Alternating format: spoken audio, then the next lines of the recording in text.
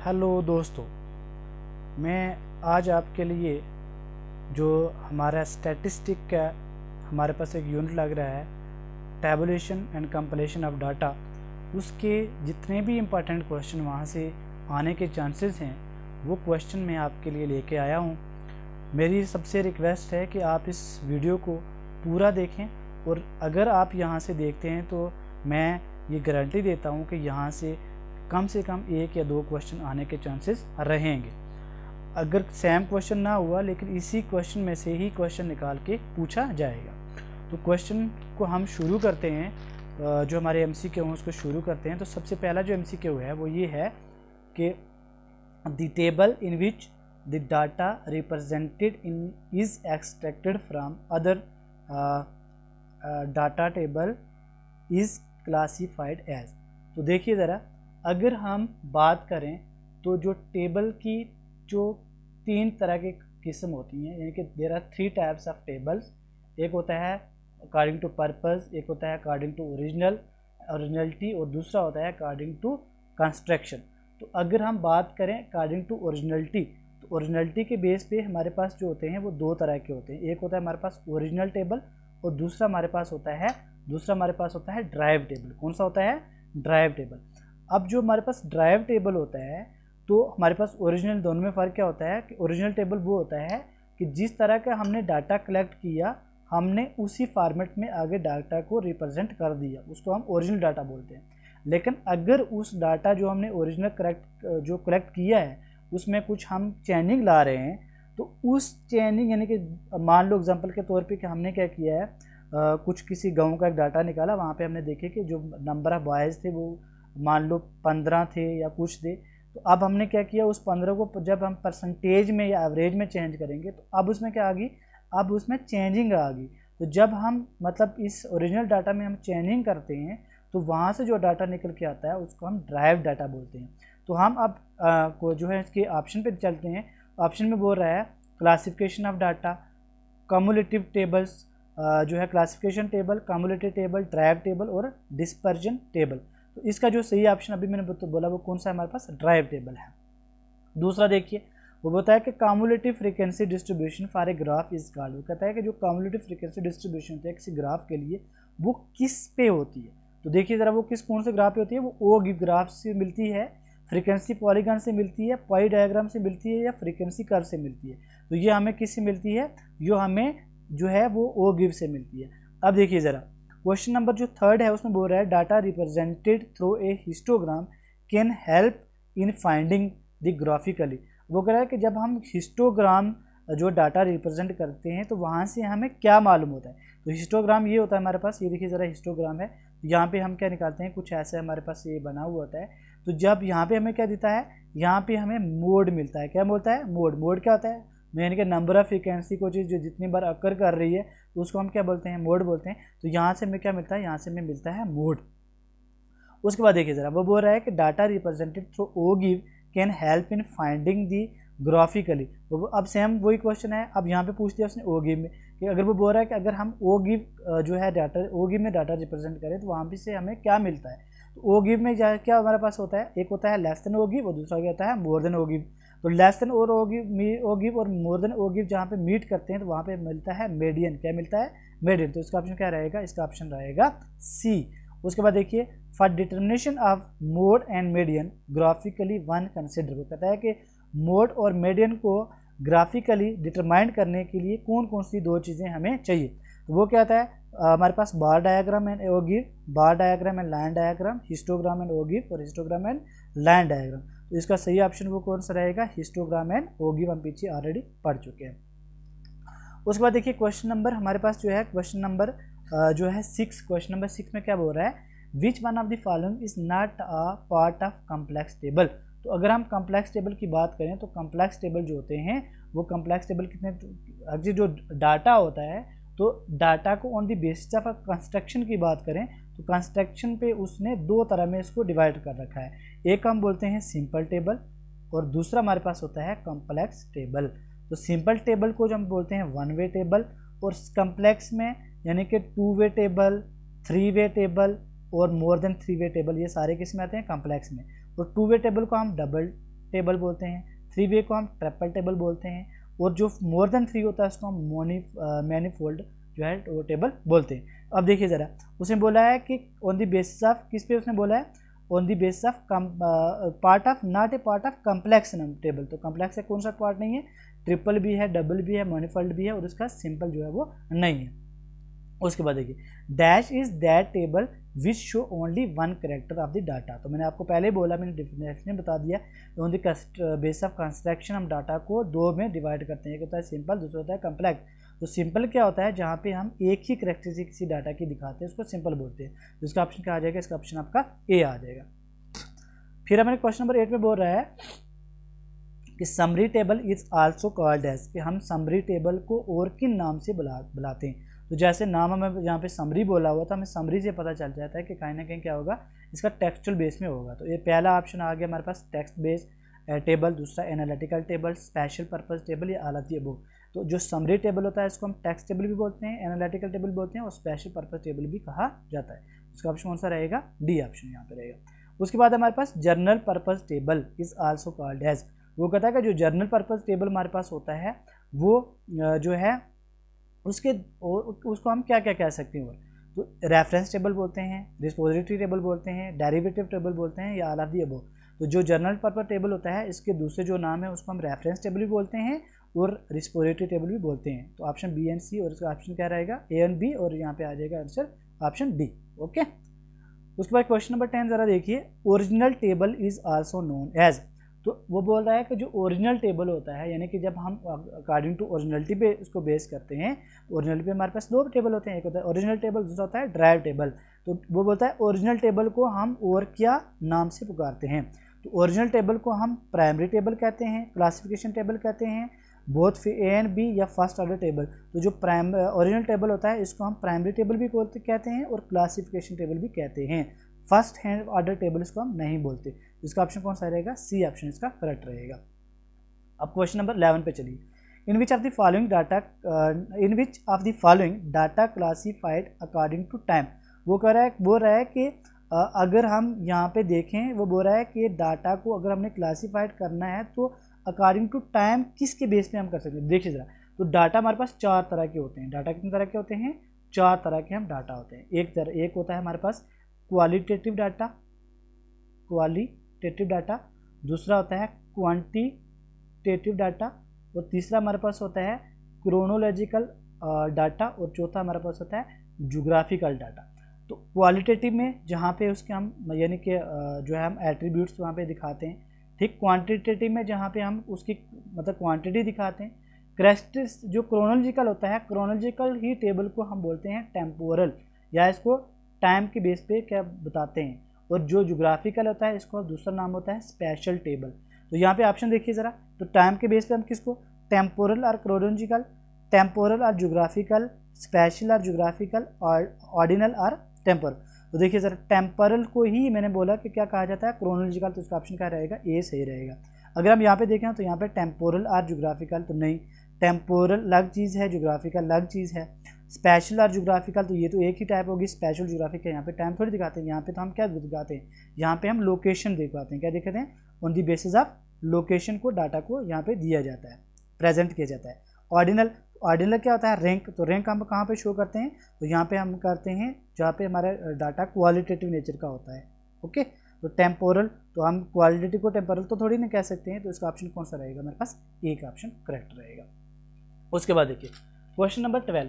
तो question number 12 में क्या बोल रहा है, क्वेश्चन नंबर 12 में कह रहा है कि हमारे पास नंबर ऑफ इंडियंस, कहता है number of Indian student studying in different countries of the world during a particular years in which type of classification of data. तो मैंने आपको पहले ही बोला कि हमारे पास 4 तरह के डाटा होते हैं। एक हमारे पास कौन सा होता है, on the basis of qualitative, दूसरा होता है क्वांटिटेटिव, तीसरा हमारे पास होता है स्पेशल यानी कि ज्योग्राफिकल, और चौथा हमारे पास होता है टेम्पोरल, या उसको क्रोनोलॉजिकल बोलते हैं। तो अगर हम बोल रहे हैं कि डिफरेंट कंट्री, तो कंट्री क्या है, यानी कि आपकी क्या है, एक लोकेशन। तो जब हम डाटा को on the basis of location दिखाते हैं तो वो क्या होता है हमारे पास, देखिए जरा ऑप्शन क्या है, qualitative classification, quantitative classification, special classification या टेम्पोरल और क्रोनोलॉजिकल। तो मैंने आपको पहले बोला था जब हम on the basis of location बनाते हैं तो उसको हम बोलते हैं ज्योग्राफिकल क्लासिफिकेशन ऑफ डाटा। तो ज्योग्राफिकल क्लासिफिकेशन डाटा को हम ही स्पेशल बोलते हैं, स्पेशल क्लासिफिकेशन। तो यहाँ पे ऑप्शन कौन सा रहेगा आपका? सी ऑप्शन यहाँ पे करेक्ट रहेगा।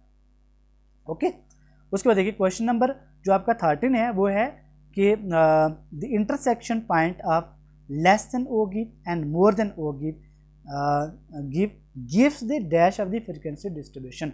वो कहता है कि जहाँ पे लेस देन ओ गिव और मोर देन ओ गिव जहाँ पे इंटरसेक्ट पॉइंट करते हैं तो वो हमें क्या देता है। ये देखिए हमारे पास ये आ गया, हमारे पास लेस देन ओ गिव और ये हमारे पास आ गया मोर देन ओ गिव।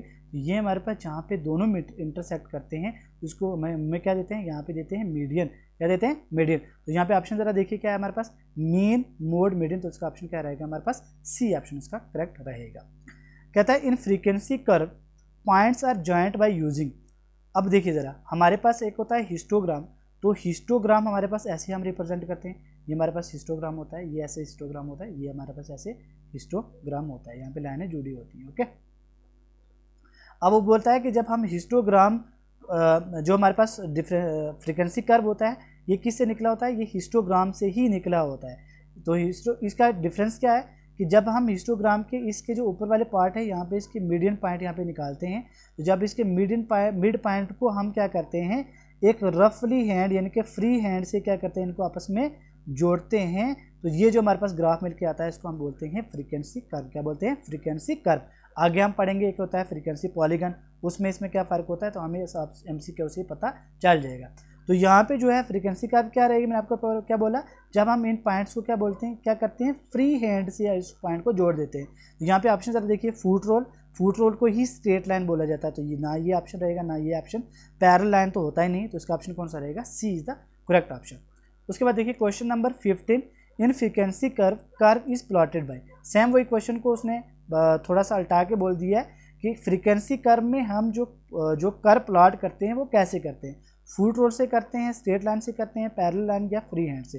तो अभी मैंने बोला हम किससे करते हैं? फ्री हैंड से। तो इसका ऑप्शन क्या रहेगा हमारे पास? Option D, free hand. Okay, question number 16 देखिए, using foot rule all points indicating frequencies of the different class are joint to make a graph.